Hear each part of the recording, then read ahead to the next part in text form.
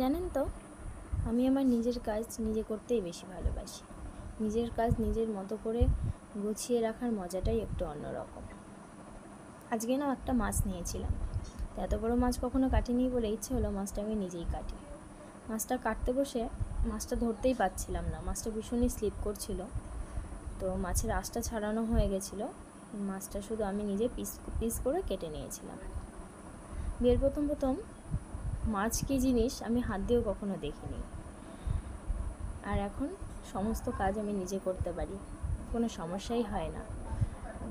বিয়ের প্রথম প্রথম যখন কাজ করতাম ভীষণ কষ্ট হতো, এখন যেমন কাজ করতে করতে সব কিছুরই অভ্যাস হয়ে গেছে। সমস্ত কাজ আমি নিজের মতো করেই করে নিতে পারি এখন আর কাজ করতে কোনো কষ্ট হয় না।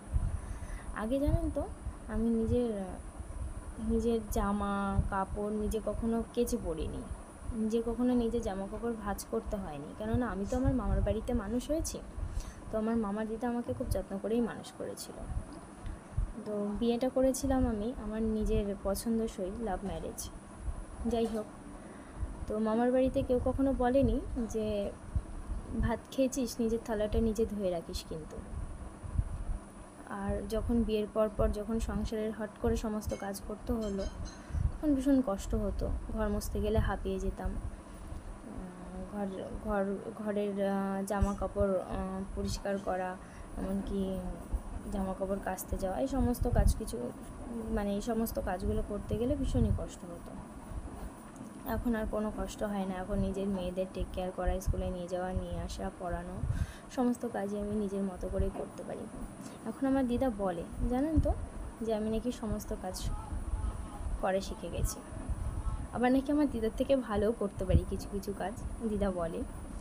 আর আমি না আমার ঘরের সামনে বারান্দাটাই রান্না করি। আমাদের সেরকম রান্নাঘর এখনও করা হয়নি, তো আমাদের একটা নতুন বাড়ি সবে হচ্ছে, কিছুটা কমপ্লিট হয়েছে, মানে ভিত বলতে পারেন যে ভিতটা কমপ্লিট করেছি, তাছাড়া আর কোনো কাজই সেরকম করা হয়নি।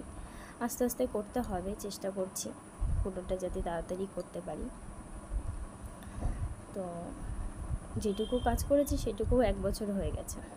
যাই হোক, অনেক কথা বললাম, আজকের ভিডিওটা এখানেই শেষ করছি। টাটা, সবাই ভালো।